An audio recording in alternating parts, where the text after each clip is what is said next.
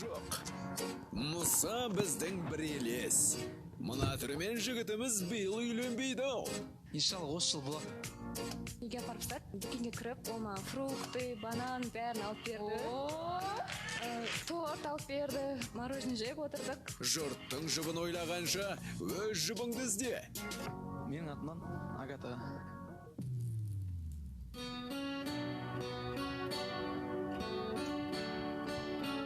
Негізі білмеймін, оны қабылдаған дұрыс бола ма, дұрыс болмай ма. Сабинадай сұлуды енді қайдан табарсың? Өзім жазып жүрмін, прикиньші. Мен жалпы қасымда ертіп жүретін қыз ретінде елестеткен жоқпын. Негізі бірақ керемет жар болатын қыз. Сәлден кейін қосылайық жобасында. Ханзадаға уақыт жетпеді. Жәмиля, жасым 34-те, Ақтөбе қаласынан. Ақтөбелік арумен танысып та үлгермеді. Ажырасудың себебі? Ол кісі басқа қалаға кету керек болды, сол себептен біз екі айырылдық.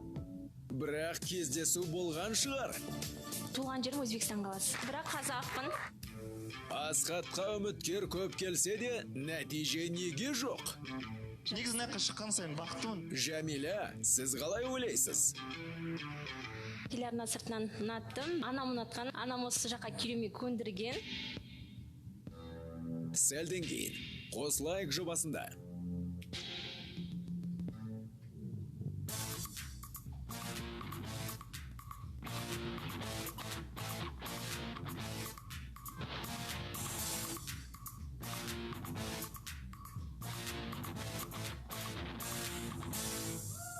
Жарнамадан оралдық. Қосылайық жобасы Еуразия бірінші арнасының тікелей эфирінде.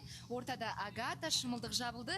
Және құпия таңба жайлы айта кететін болсам, бүгінгі құпия таңба ол маған тұрмысқа шығасың ба, және Әсел ханым мен Ержан мырза көрсеткен белгілер жазып алыңыздар, эфир соңында арнайы посттың астына пікір қалдырасыздар.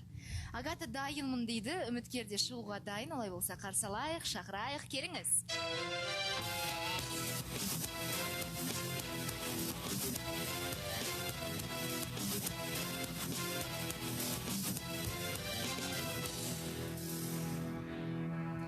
Қош келдіңіз. Қош көрдік. Я, жайғасыңыз. Есіміңіз? Хасан болады. Хасан, ал жасыңыз Хасан мырза? 25-те. 25-те. Қай жақтансыз? Қордайдық болам, Жамбыл облысы, Қордай. Немен айналысасыз? Ауылда жеке кәсіпкерім, малмен айналысам. Қазір таңда осы Алматыда. Қазір Алматыда тұрасыз? Кіммен? Дос балаларыммен осында. Отбасыңыз Қордайда? Қордайда, ауылда. Түсінікті. Бұрын соңды үйленгенсіз бе? Жоқ, үйленбегем. Неге біздің Агата?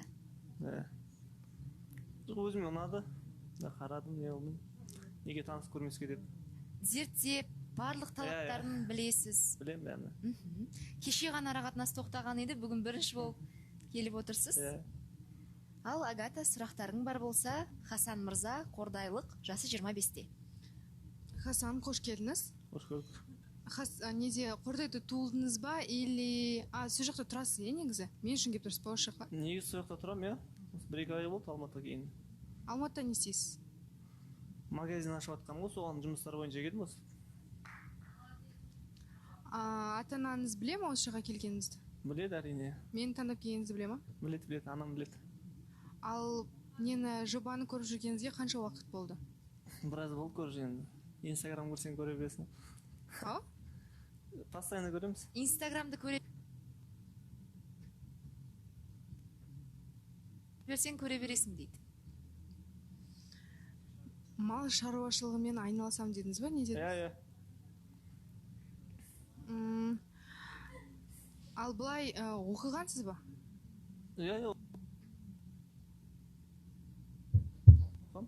Қандай профессия? Профессиям 11 біткен соң сварщикті оқып бітірдім. Сол мамандық бойынша жұмыс істемедіңіз, иә? Істемедім, вообще. Үйде нешеусіздер?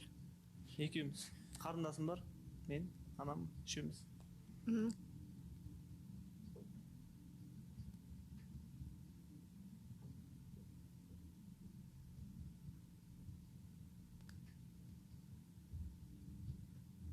Қоятын сұрақтарыңыз?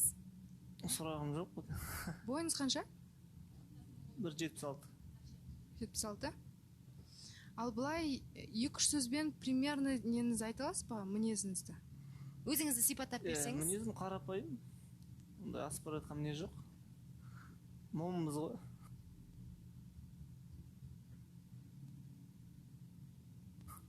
Больше момынсыз, иә? Агата енді соңғы кезде айтып қалды, маған нақты айтатын, нық сөйлейтін, іспен дәлелдейтін ер азамат керек деп. Керек кезде дәлелдейміз, иә. Маған сұрағыңыз жоқ, иә, сонда сіздің? Ештеңе білгіңіз келмей ма, или бәрін білесіз ба? Бұлай білем бәріне, бұлай Мен қарап үйде жүрмін. нешеумін? Ау, Мен үйде нешеумін? 10-сын білмедім. Мен руым қандай? Таныса келе білеміз ғой, пока білмедім оны.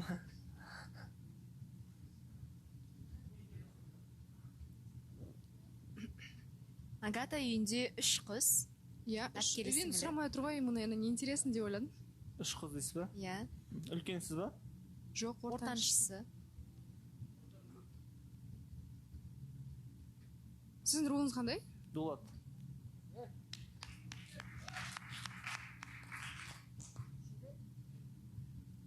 Хорошо. Отбасыға берсек. Ал Агатаның отбасы Санжар бастаған топ. Қош келдің бауырым. Агата негізі мал шаруашылығымен айналысам деп жатыр ғой.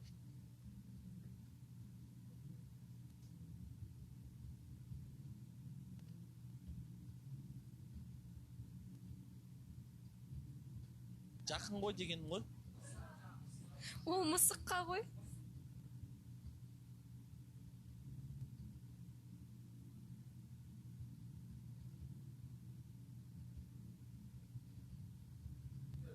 Жоқ, ол әдейі айтып жатқан Атты жақсы көреді ғой тоже. Суреттерін көріп қалған болатын неде? Инстаграм желісінде, иә, Агата бар ғой онда. Кімді? Аттарды, жылқыларды.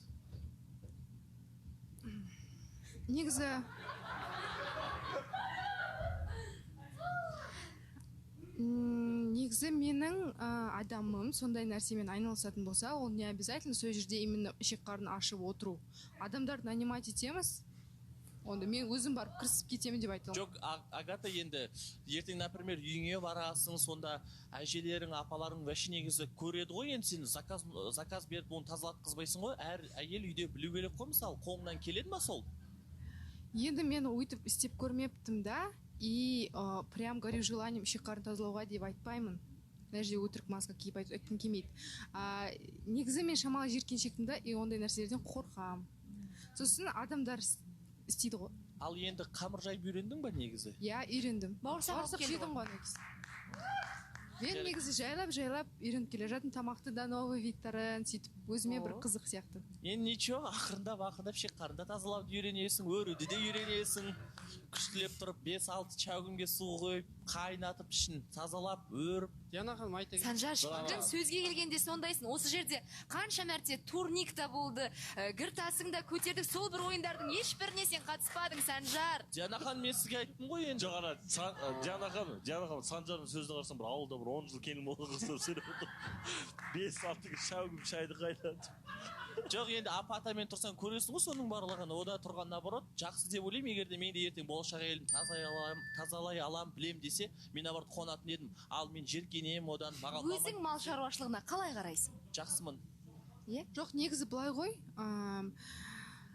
Енді онда істеп көрмегенмін да, бірақ біздің үйде сондай прям керек болып жатса, істеймін ғой, енді қайда барам. Иә, бірақ на постоянной основе соны жұмыс қылып алып, өйтіп істегім келмейді. Бірақ былай кейде енді келіп болғасын істеймін, конечно. Диана ханым, Ау, күліп болдық қой, мен серьезный сөз қойыншы, сұрақ қойыншы. Агата, сен постоянно мамаңды айтасың да маған ше, папаң бар ма сенің? Иә, Құдайға шүкір бар. Вообще 2 сезоннан бері папам деп айтпағасын да, и сенің нелі екеніңді білмейді екем. Сосын жаңа бітіп шыққанда Агата уже дайын ба дебем, сырт көзге молодец екеуің жарасасыңдар.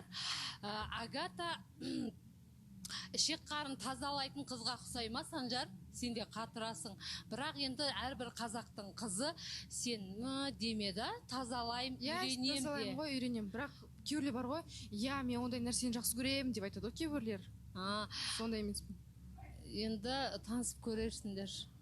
Жоқ, Әлия ханым, сонда сіз түрге қарап адам бөлесіз ба? Мынау шек қарын тазай алады, либо мынау тазай алмайды, либо ұнамайды.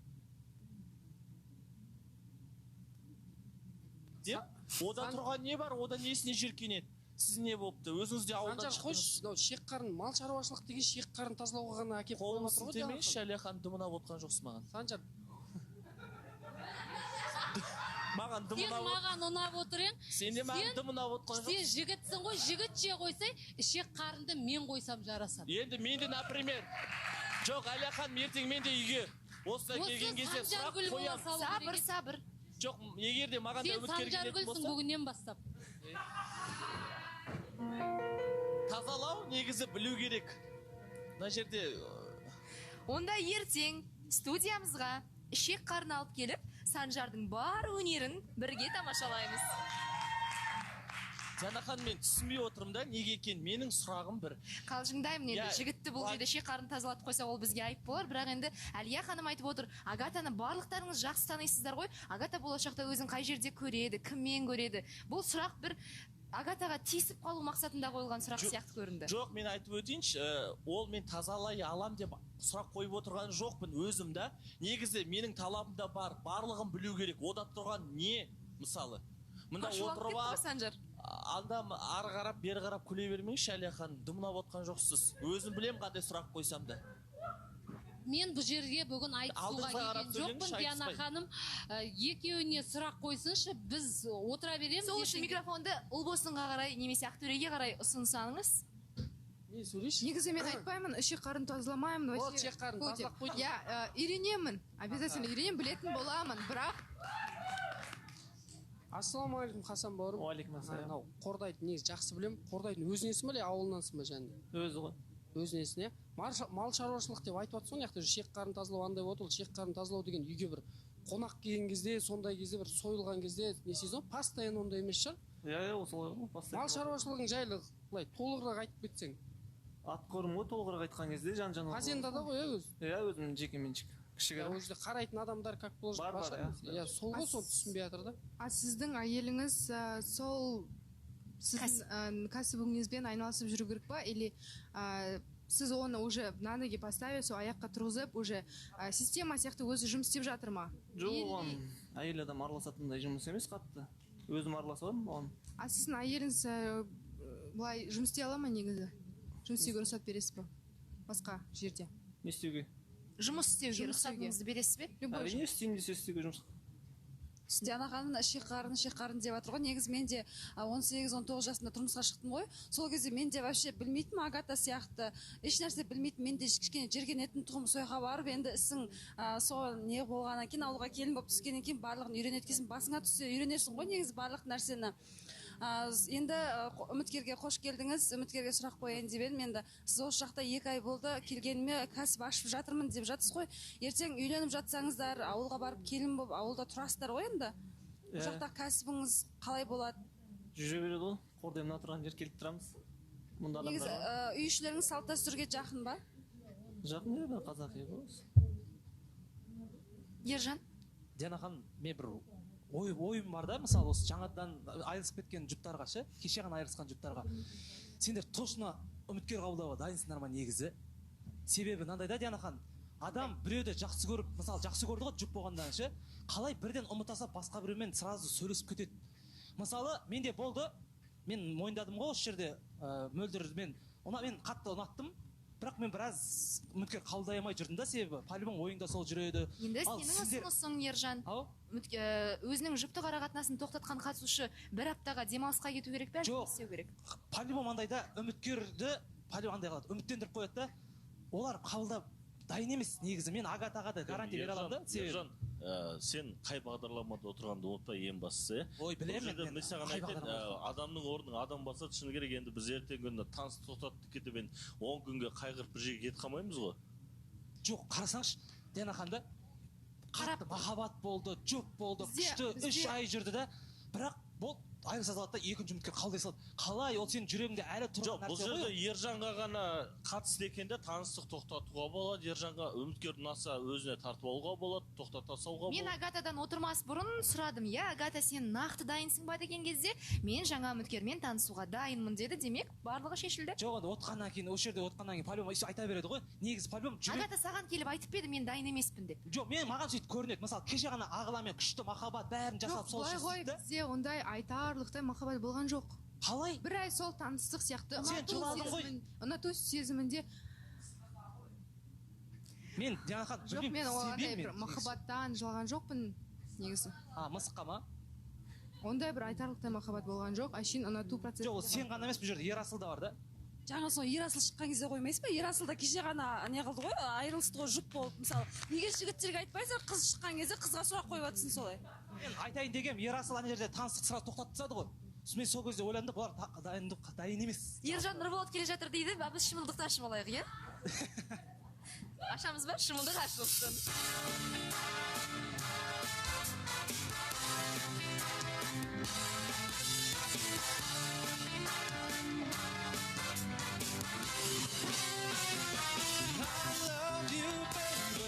Жанымды тербеші, I need you baby, қасымнан кетпеші, I love you baby, сөзімді чексенші. I love you baby, бағымсың берілге, I need you baby, ол сөзі менімге, I love you baby, let me love you baby.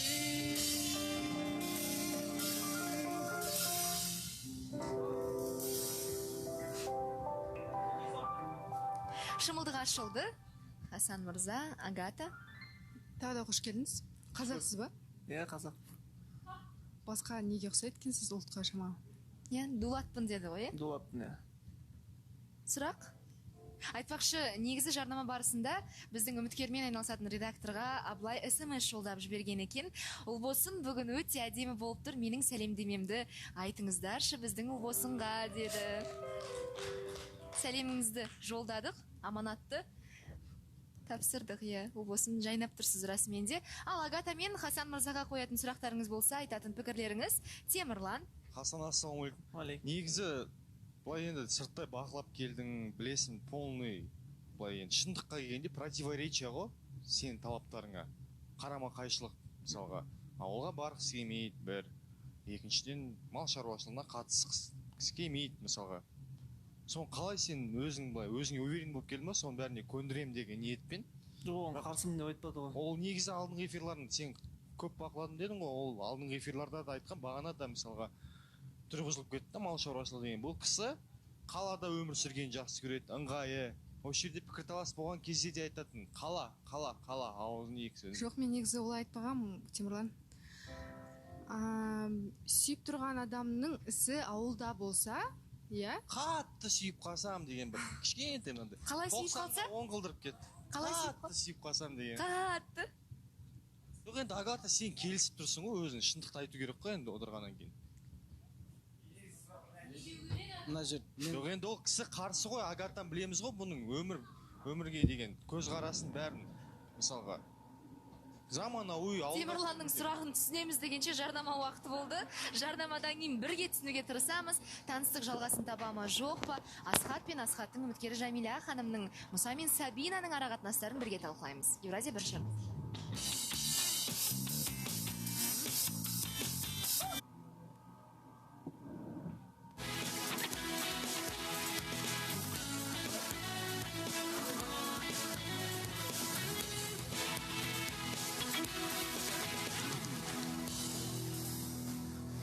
Жарнамадан оралды, қатысушыларымыз енді 4 сағаттық тікелей эфир болғаннан кейін сәл шаршап қалды. Шаршамаңыздар.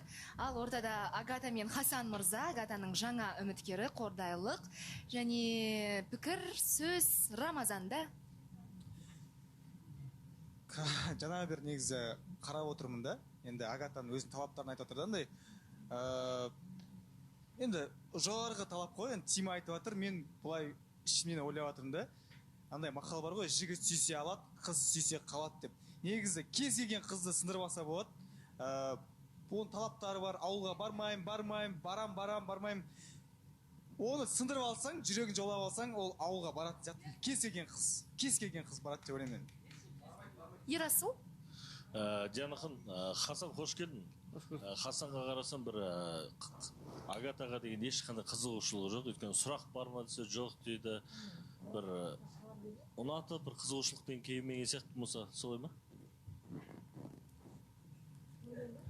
Өйткені біз ана Мұса біледі ғой. Неге Мұса? Жоқ, алдындағы бір бағдарламада бір үшеу бір пікір талас болған кезде де Мұса айтып отырды ғой. Агатаға мен сияқты жігіттер керек деп.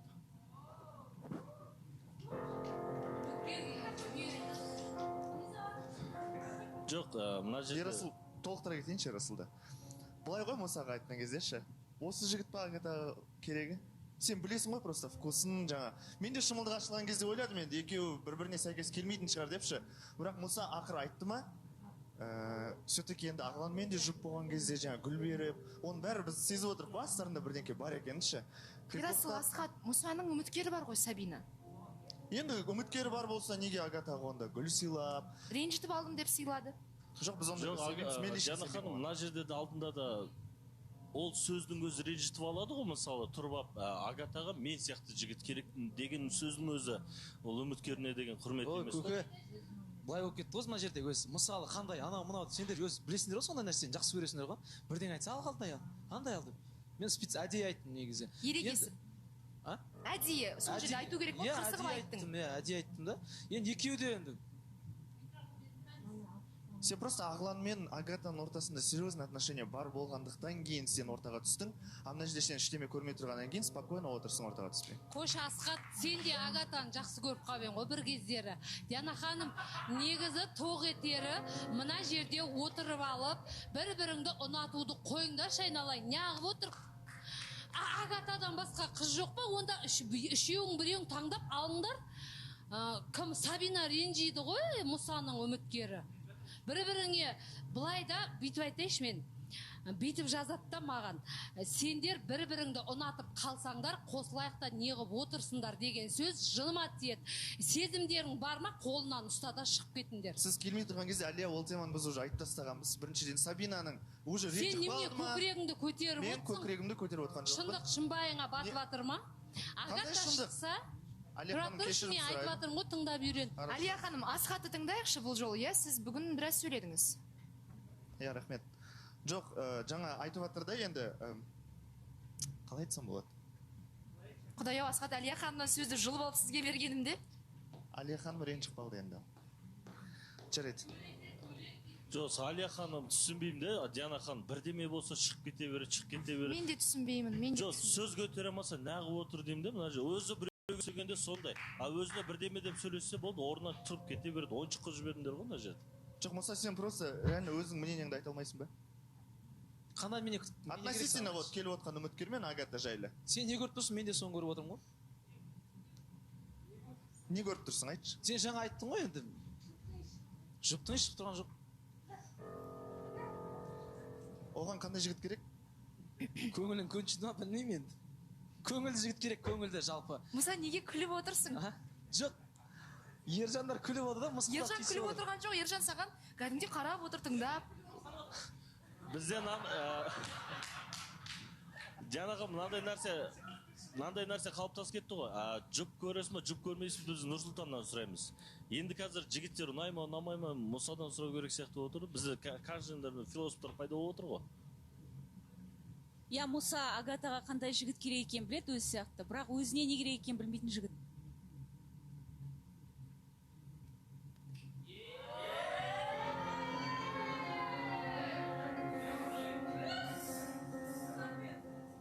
Зухра түсінбедім. Енді сен өзіңе не керек екеніңді білмейсің ғой. Біреуге Агатаға кім керек екенін білесің. Нақты айтасың, неге өзіңнің талаптарыңды айтпайсың? Вот, допустим, сенің ситуацияң Сабинамен. Айналайын, сол жерде екеуіңді бір түйіп отқан кезде бәрін сөйтіп айттыңдар ғой, неменеге өйтіп жүрсіңдер, сол уже екінші рет келіп жатсыңдар деп. Бір сөйлеп қалыпсың, не болды сонша бәрін? Жоқ, сен енді сол жерде айтқан кезде нақты сен өзіңді предлагать еткенде айттың. негізі бәріміз көрдік қой, үшінші рет бәріміз айтайын деп отырмын да мына жерде уже. міне сен қазір өзіңе ұнайтын қызға басқа үміткер келгенін көріп отырсың иә, неге нақты айтпайсың осы жерде ер жігіт ретінде? Былай ақырындап ана бұрыштан мына бұрыштан бір сығалағанша нақты айт тіке. Түсінбеймін осылап бар ғой. Аспаннан бір жоқ нәрсені алады да барғып шығарасың. Жоқ зат емес, бұл жерде отырған қатысушылардың барлығының білетіні сол. Бәрі енді мойындамай отыр ғой. Демек, жай ғана бір достық, сондай бір араласып жүреді енді. Ондай болса, ондай движение жаңағы гүл сыйлап, мүмкін Агата үміттеніп қалатын шығар. Жоқ, бұл жерде Мұсаны қозғамай қоятын шығармыз, өйткені үміткер келіп отыр мына жақта. Агата, саған сұрақ. Егер үміткер келмей, осы жерде отырып, Аслан сияқты Мұса сезім білдіріп сөйлесіп көрейік десе, қандай жауап берер едің? Жоқ. Онда терең демалып отыра беремін Мұса. Жоқ, мен айтайын деген. Мен осы жерде нақты бәрлеріңізді былай жақсы сөйлесем ғой енді, иә, былай аға ретінде, дос ретінде сөйлесем. Ана кезде енді мен бір ұзақ айттым ғой ответімді, сол үшін дұрыс түсінбей қалған сияқты, негізі бәрлеріңізді дос ретінде көремін. Иә, мен айта кетейінші Диана ханым. Бұл жерде дегенің бары, бір гәптің бары, ол мәлім бәрімізге. Гәбіңе сәлем айтайын. Иә, гүл сыйлады. Біріншіден, Сабинаға ондай гүл сыйлаған жоқ, ондай көзінің от жанарының жанып тұрған көрген жоқпыз. Бірақ эфирден тыс, бірақ Мұсаның, мен Агата жайлы ештеңке айтпаймын, бірақ Мұсаның көңілі бар екені ол нақты. Тәуіп әйтеуір. Тәуіп емес, Мұса, сен неге ер жігіт болып оны мойындамайсың мына жерде? Түнгі 2-де жаздың. Не үшін сен Агатаға түнгі 2-де жаздың, Мұса? Зухра, сен неге сүйеніп айтып отырсың мына жерде? Мұсаның сезімі бар. Айгөлек, сосын бар, терең демалып отыр деген қайсасқан сен? Сен үміткеріңнен ұялмайсың ба, Мұса? Мына жерде ұрыспай қой, қыздар, жігіттер. Бір-бірімізбен бар ғой. Мұса, жалпы мына жерде сен өзіңнің үміткеріңнен ұялмайсың ба жалпы осындай нәрселер болғанына? Сіздер барлықтарыңыз Хасан мырзадан ұялмайсыздар ма? Жоқ. Соған Мұсаның істеп тұрған түрлі ғой, анада ағыламен арасына түсе берді қайта. Мұса бастаған жоқ қой, бұл әңгімені Асхат пен Ерасыл бастады. Диана ханым осы жерде көріп отырсың, алдында вальс биледі, бүйтіп күресті, мүресті, барлығы соның бәрі шыға берді ғой, жайлап. Оның бәрі ағыланға да тиді, ара қатынасына тиді, мысалы ше. Гүл берді, үйтіп атыр, түнгі 2-де Агата, бір сұрақ қойыңызшы. Ағылан мен екеуінің айырылысқандарына мен тікелей себебім бар ма, жоқ па? Жоқ. Негізі арамыз и так суық болған біздің. Енді әр нәрсені оттамай тыныш отырыңдар. Диана ханым, мен мұнда Агатаны түсінбеймін да, гүл берді, гүлді алдың, негізі саған алдында тоқташ, Мұса саған мен сияқты жігіттер керек дегенде нақты сен айтатынсың Агата ешкімге жоқ, мен саған повод бермеймін деп. Сен ол кезде замолчала. Не замолчала? Жоқ, мен сізге айттым, ответімді айттым. Сен өзің просто отдачаны былай көрсетіп қойдың да өзің жақсы сол үшін Мұса үміттен қалды деп ойлаймын менің ойым. Жоқ, мен сол кезде айттым Ағыланға, сен менің жұбымсың деп. Ол жерде қазір енді Ағыланды қозғамай қойықшы, өтіп кеткен нәрсе ол, иә? Ал неге сен үндемей отырсың Мұсаға қатысты? Неге үндемей отыр? Мен айтты ғой. Не үшін Мұсада жоқ нәрсені шығарып отырсыңдар? Қосқаныңыздар деді Агата. Агата, мұнда жұлдыза жүрді ғой, гүлдерін алмай-ақ, спокойно. Сен мысалы өзің алдың. Мен бір-ақ рет алдым, и то пожалела сендердің осы сөздерден кейін. Өйткені ол андай қылып айтты да, просто так внимание деген жоқ, поднять настроение деген жоқ, ренжітіп алғаным үшін деді. Сосын мен сол жерде айта кеттім. Ағылан ренжіп қалатын шығар, түсінбей қалатын шығар, бірақ енді ренжіткені үшін болса, то қабылдаймын дедім. Қойшы, мен сенбеймін. Өткен сен екі сезон отырып. Мұса, жарайды, саған тікелей сұрақ қояйыншы. Сабина мен ары қарай арақатынасын жалғаса ма? Өкінішке орай жоқ. Сабина мен арақатынасы тоқтады. Диана ханым, айтайыншы. Мен Мұсаға ана жерде бір күшті тақпақ айтқым келіп тұр. Шырылдауық шегіртке ыршып жүріп ән салды. Көгалды қуып гүл айттап, қызықпен жүріп жаздалды деген тақпақ өлең жолдары бұл Мұсаға арналған. Екі саған. Бір емес, екі сезон ана жерде отыр. Естеп отыр, өзіне не керек екенін білмейді. Шегірткеңе де сәлем айтайын. Үндемей, Мұса, үндемей, адамды бөлмей, дұрыстап тыңдауды үйрен бірінші, мен саған айтайын. Зухра, бір емес, екі емес, айналайын. 2-3 теңге берейін, қойш. Тоқтай тұршы. Жоқ, действительно, мені қазір Сабинаны ана күні өтіріктен мына жерде бұрғы бәріміз мына жақта пікір таласқа түсіп, қатты қиналғаннан кейін жібермеді. Бірақ өзіне 2 сезон отырып, постоянно қыздарды жібереді. Неліктен? Не ұсынасыз? Не ұсына аласыз? Өзіне не керек екенін білмейді. Ал Агатаға айтады, саған мен сияқты жігіт керек дейді. Бос жерде басын ашып айтсын, жігіт па, соны айтсын деп. Ол жігіт мінекей Мұса, иә? Айтты, менде ештеңке жоқ дейді. Білмейміз енді не болады. Алғашқы қадам ыстық болды. Бірақ Сабина мен аяқ асты арақатынасы тоқтайды дейді. бағдарламаға жауапкершілікпен қарау керек деп ойлаймын. Және Сабина бізге сәлем жолдаған еді, негізінде мен енді эфирге бармаймын деді. Сол үшін мен Мұса орында отырған кезде өзінен сұрай салдым. Білмеймін. Екеуі де жоққа шығарып отыр ғой, сондықтан шын мәнісінде ешнәрсе жоқ шығар. Бірақ қатысушылардың барлығы бір ауыздан жоқ, Мұсаның тарапынан, я Агатаның тарапынан бір нәрсе бары анық хақ деп жатыр. Құрметті көрермен, ертең өздеріңізбен 14:30-да Еуразия бірінші арнасының тікелей эфирінде қайта қауышамыз. Кештеріңіз жақсы өтсін. Ертең сіздермен көріскенше аман сау болыңыздар.